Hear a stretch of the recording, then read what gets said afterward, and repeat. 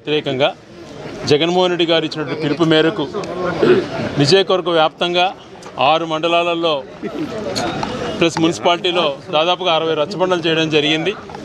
అదే రకంగా ఈరోజు నియోజకవర్గ వ్యాప్తంగా ఆర్డీఓ గారికి దానికి వ్యతిరేకంగా రిప్రజెంటేషన్ ఇవ్వమని పార్టీ పిలుపు మేరకు ఈరోజు కార్యక్రమం చేపట్టాం. నిన్న మొన్న పోలీస్ అధికారులు పర్సనల్గా ఫోన్ చేసి ఈరోజు ముఖ్యమంత్రి గారి పర్యటన ఉంది, మీరు ఎట్టి పరిస్థితులలో 50 మందికి మించి రాకూడదు అని చెప్పడం జరిగింది. పర్యటన దృష్ట్యా మేము కూడా సహకరిస్తాం సార్ అని కూడా చెప్పడం జరిగింది. కానీ మేము ఈరోజు ఎవరికి చెప్పకపోయినా పెద్దగా ఎవరితో కూడా ఇట్లాంటి రిస్ట్రిక్షన్స్ ఉన్నాయని చెప్పినా కూడా ఇంత పెద్ద ఎత్తున స్వచ్ఛందంగా తరలి రావడం చూస్తే ఏ రకంగా ప్రజలు దీన్ని వ్యతిరేకిస్తున్నారు అటువంటిది ప్రభుత్వం గుర్తుంచుకోవాలి. ఈరోజు మేము కూడా పోలీస్ అధికారులకు సహకరించే విధంగా ఎక్కడ కూడా బైక్ ర్యాలీలు కానీ ఇవేవి కూడా నడుచుకుంటూ వచ్చి అల్లలు స్లోగన్స్ కానీ ఇట్లాంటి ఏమీ లేకుండానే ఏదైతే వాళ్ళు నిబంధనలు ఇచ్చారో దానికి అనుగుణంగానే ఫాలో అయినాం. కానీ ప్రజలు స్వచ్ఛందంగా వాళ్ళు జాయిన్ అవ్వడం దాన్ని ఒకటే కానీ మిగతా దాన్ని ఒకటి చూసి ప్రభుత్వాన్ని కోరుతున్నాం. మేము స్వచ్ఛందంగానే వాళ్ళకు ఇంత అభిప్రాయం ఉంది, ఈ ప్రైవేటీకరణ చేయొద్దండి అన్నటువంటిది స్వచ్ఛందంగా ప్రజల మనసులో ఉంది. కాబట్టి దీన్ని ప్రభుత్వం వెంటనే మానుకోవాలి, తన బినామీలకు ఇచ్చేటువంటి ప్రయత్నం మానుకోవాలి. ఈరోజు ఎంతమందికి ఉపయోగం ఉంటుందంటే ఒక గవర్నమెంట్ మెడికల్ కాలేజ్ ఉంటే చాలామందికి కూడా ఈ ప్రాంతం నుంచి ఎంతోమంది ఇతర దేశాలకు వలస వెళ్తున్నారు మెడికల్ సీట్స్ రాక.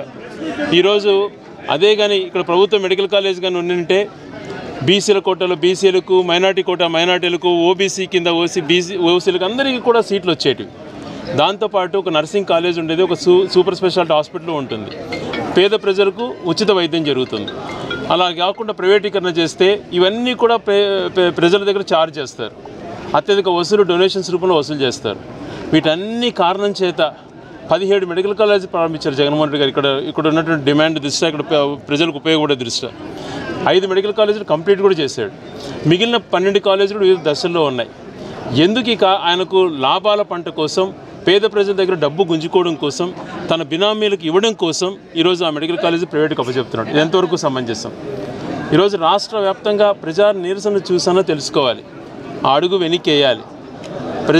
ఏ ప్రభుత్వమైనా కూడా ప్రజలకు అనుగుణంగా పోవాలి. ప్రజలు వ్యతిరేకించినప్పుడు దానికి ఎందుకు వ్యతిరేకిస్తున్నారు ఇంత పెద్ద ఎత్తున ఆలోచన చేయాలి. మొండి పట్టుదలకి వెళ్ళడం సరైనటువంటిది కాదు.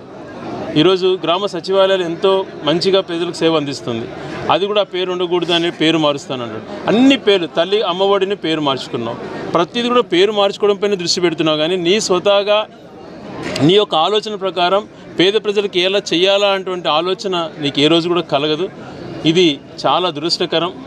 ఈరోజు పోలీస్ నిబంధనలు ఉన్నాయని చెప్పడంతో వచ్చినటువంటి అందరూ కూడా ప్రజలు కూడా మాకు సహకరించారు. ఎటువంటి ఇది లేకుండా శాంతియుతంగానే మేము ఈరోజు రిప్రజెంటేషన్ ఇవ్వడం జరుగుతోంది. మరి ఆర్డీఓ గారు లేరు, సీఎం పర్యటనకి వెళ్ళారు, ఇక్కడ ఆఫీసులో ఎవరు లేరు అంటున్నారు. ఏ వ్యక్తి ఉంటే ఆ వ్యక్తికి మా నిరసన తెలియజేసి 1 కోటి సంతకాల సేకరణ కూడా దీంట్లో చేపట్టాం.